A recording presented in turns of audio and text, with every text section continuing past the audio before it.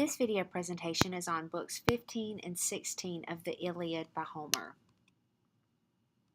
As book 15 begins, we have learned of many times by Homer that the ultimate fate of the Greeks is victory and that Troy will fall. But as book 15 opens, we get another plot revelation by Homer. He is continually driving home this idea that the Greeks are going to win. He himself was of the Greek culture, and so because this story is such in keeping with an oral history narrative, the storyteller would continually be striving to raise morale and raise nationality of the people that were listening. So as people are listening to this story, there would be many mixed emotions. So let's remind them once again what is going to happen. And that is that the Trojans will force the Greeks to their ships. That is exactly what Achilles said had to happen in order for him to jump back into the battle. The appearance of Patroclus is going to be on the battlefield.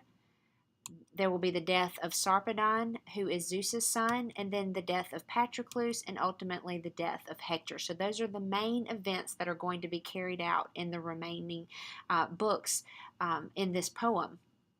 Now, everything is going according to plan, basically, that old saying, and that's exactly what is happening for Achilles to come back and be the victor or the hero of the story.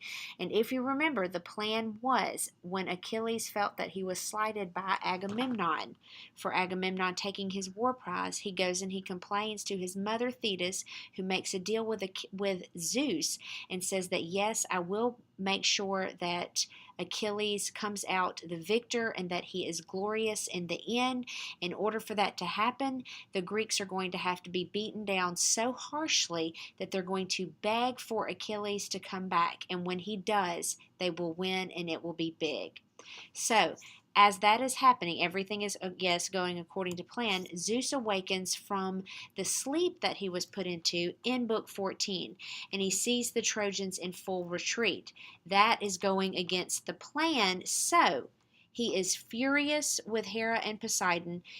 He lays out the remaining plot events that, yes, and I am the one who sets the plan.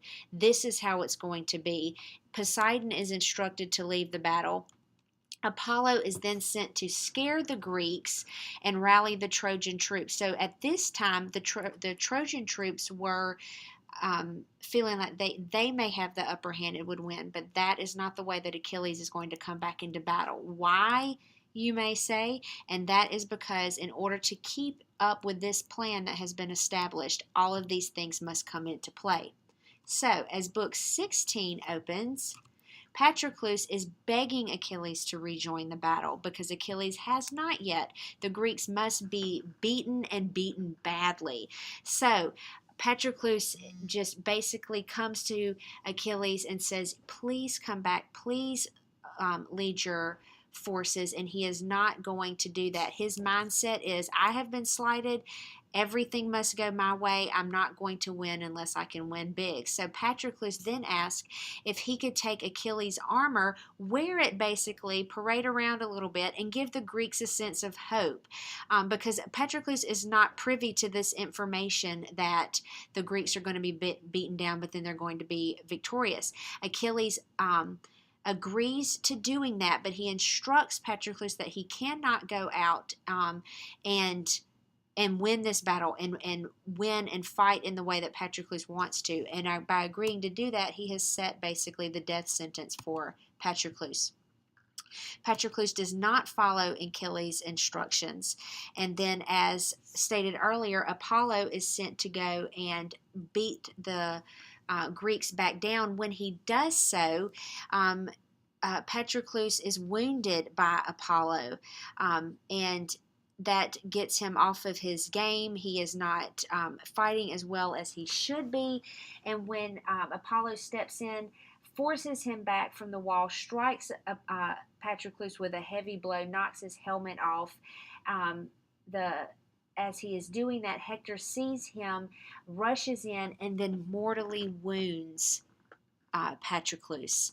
and he is killed by Hector.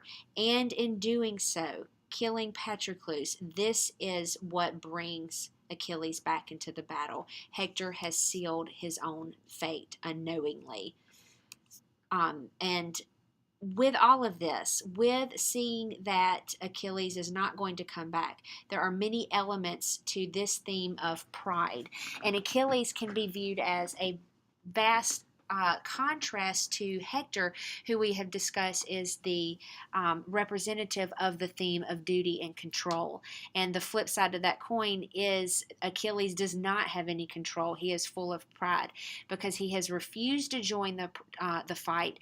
He will not give in to the demands of Agamemnon. He is going to make them suffer, and he wants the glory all for himself. He even instructed Patroclus, if he goes down and is wearing his armor, he is not to fight, but if he sees that the Greeks are winning, to not let them win, to stop before the victory could be won, so that Achilles could come in and basically be the savior. Do not let the city be taken. Stop fighting before then, so that he could himself could come in and take it from there. So that supports this idea that Achilles is very prideful, and that is going to be his tragic flaw. We have not seen him fighting at all through this whole entire book, and it is not until a tragic event happens that will propel him back into this war that he is supposed to have been fighting all along.